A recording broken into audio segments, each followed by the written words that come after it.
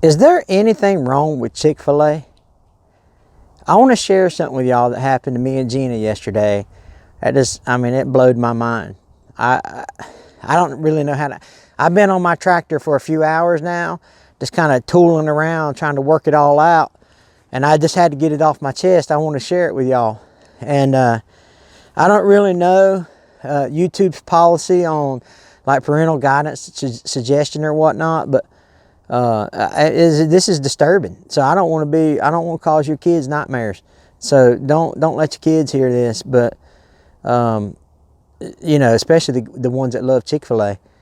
And so I want to talk to you a little bit about what happened yesterday, but I want to give you a backstory first. The backstory is me and Gina have known this couple that I'm about to talk about. I don't know, maybe 3 years, something like that.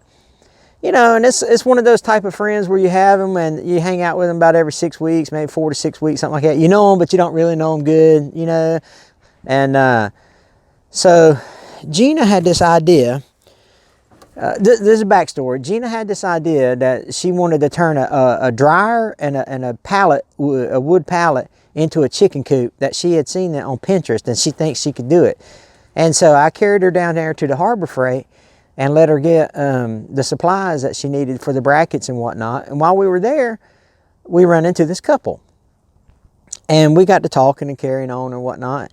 And Gina had mentioned that she needed an outfit for the Christmas party this weekend. And so I'm like, well, baby, I'll just carry you up there to the Rural King and let you pick something out. And, she likes it up there. Well, this couple's like, yeah, we need to go too. And so can we just ride together, make it a day trip? The Rural King's about an hour away, something like that. And so we was like, yeah, absolutely. It'd be a good time. It'd be good to hang out with y'all for the day or whatever. So they come the next morning. And they get in the car with the car with us, and we ride up there to the Rural King. And we get there and we start shopping and whatnot. Gina picks out a really good looking pair of brown overalls that she had wanted to grab or whatnot, and I thought they looked real nice on her. But so I look at my watch and I notice that it's starting to get close to lunchtime. And so I told the couple, I was like, hey, there's a Chick-fil-A right across the street. Let's just go, we'll leave the car parked here, we'll run across the street, grab us a Chick-fil-A, and then go on back down, finish our shopping. Y'all, what happened next blowed my mind. It disturbed, what happened next is they said, we don't like Chick-fil-A. Y'all, I grabbed my chest. I started hyperventilating. I didn't know what to do. I literally thought I was going to die of a heart attack. I look at Gina. Her eyes are as big as cat head biscuits. I mean, son, they're popping out of her head. She didn't know what to do. She's flabbergasted. And so I immediately recalled the words my daddy told me on his deathbed. He told me 3 things. He said, son, there's 3 things I want you to remember the rest of your life. Never forget them. He said, number 1, you never take X-Lax and a sleeping pill on the same day. And number 2, you don't associate with the people that don't like the Chick-fil-A. And number 3 was, I don't remember what number 3 was. It was, anyway. So I'm like, what do you mean we don't like Chick-fil-A?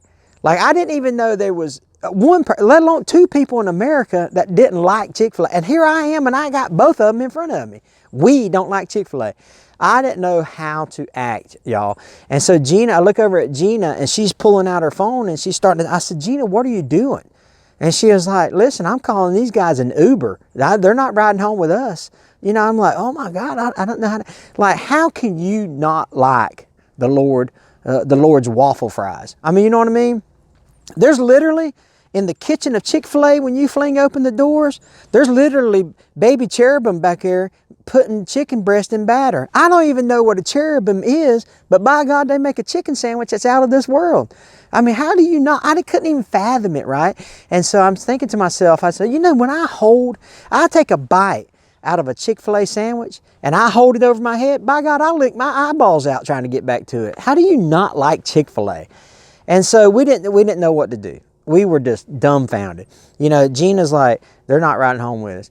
And so I was like, yeah, they're not. It's just, you don't need, let me tell you something. If you've got friends that don't like the Chick-fil-A, you don't need them. You don't need that kind of negativity in your life. And I'm really hesitant to give out their name because you Google them and see where they live. And next thing you know, people burning their house down, graffiti in their the side of their car or whatever. And I don't want that. I mean, they don't deserve to be punished like that. But by God, how do you not like the Chick-fil-A?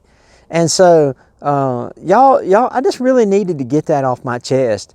And y'all need to pray for me and Gina about who for discernment, so we can figure out who the friends are that we can go to the Chick-fil-A with, and pray for this couple. I mean, how do they not like the Chick-fil-A? It's mind-boggling.